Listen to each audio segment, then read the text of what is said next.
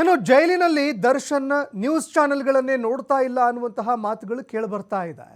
ಯಾವುದೇ ಕನ್ನಡ ಚಾನೆಲ್ಗಳನ್ನೇ ನೋಡ್ತಾ ಇಲ್ಲ. ಕನ್ನಡ ಮೂವಿ ಆಗಲಿ ಅಥವಾ ಕನ್ನಡ ಚಾನೆಲ್ಗಳಾಗಲಿ ಯಾವುದನ್ನು ಕೂಡ ದರ್ಶನ್ ವೀಕ್ಷಣೆ ಮಾಡ್ತಾ ಇಲ್ಲ.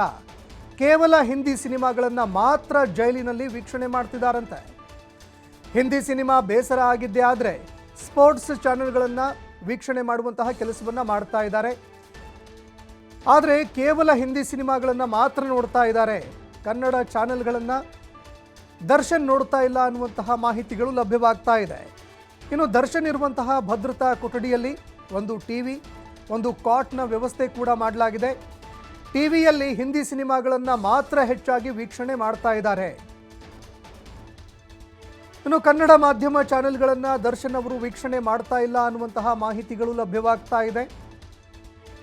ಇನ್ನು ದರ್ಶನ್ ಇರುವಂತಹ ಸೆಲ್ನಲ್ಲಿ ದರ್ಶನ್ಗೆ ಒಂದು ಕಾಟನ್ನು ನೀಡಲಾಗಿದೆ. ಅದೇ ರೀತಿಯಾಗಿ ಒಂದು ಟಿವಿ ಕೂಡ ನೀಡಲಾಗಿದೆ. ಹೀಗಾಗಿ ಮನರಂಜನೆಗಾಗಿ ಅವರು ಟಿವಿಯನ್ನು ನೋಡ್ತಾ ಇದ್ದಾರೇನೋ ನಿಜ, ಆದರೆ ಯಾವುದೇ ಕಾರಣಕ್ಕೂ ಕೂಡ ನ್ಯೂಸ್ ಚಾನೆಲ್ಗಳನ್ನು ಅವರು ನೋಡ್ತಾ ಇಲ್ಲ ಅನ್ನುವಂತಹ ಮಾತುಗಳು ಕೇಳಿಬರ್ತಾ ಇದೆ, ಮಾಹಿತಿಗಳು ಲಭ್ಯವಾಗ್ತಾ ಇದೆ.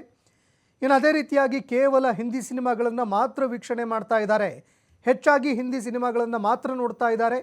ಕನ್ನಡ ಚಾನೆಲ್ಗಳನ್ನು ನೋಡ್ತಾ ಇಲ್ಲ ಅನ್ನುವಂತಹ ಮಾಹಿತಿಗಳು ಲಭ್ಯವಾಗ್ತಾ ಇದೆ. ಇನ್ನು ಅದೇ ರೀತಿಯಾಗಿ ಜೈಲು ಪಾಲಾಗಿರುವ ದರ್ಶನ್ ತಮ್ಮ ಪತ್ನಿ ಹಾಗೂ ಮಗ ಇಬ್ಬರನ್ನು ಭೇಟಿ ಮಾಡಿದ ಬಳಿಕ ಸಂಪೂರ್ಣವಾಗಿ ಮೌನಕ್ಕೆ ಜಾರಿದ್ದಾರೆ. ಯಾವುದೇ ವಿಷಯಕ್ಕೆ ಸಂಬಂಧಪಟ್ಟಂತೆ ಅವರು ಮಾತನಾಡ್ತಾ ಇಲ್ಲ. ಅದರಲ್ಲೂ ಅಭಿಮಾನಿಗಳನ್ನು ಭೇಟಿ ಮಾಡೋದಕ್ಕೆ ಹಿಂದೇಟು ಹಾಕ್ತಾ ಇದ್ದಾರೆ. ಅಭಿಮಾನಿಗಳಿಗೆ ಏನಂತ ಉತ್ತರ ಕೊಡೋದಪ್ಪ ಅನ್ನುವಂತಹ ಭಯ ಈಗ ದರ್ಶನ್ಗೆ ಕಾಡ್ತಾ ಇದೆ ಅನ್ನುವಂತಹ ಮಾತುಗಳು ಕೇಳಿಬರ್ತಾ ಇದೆ.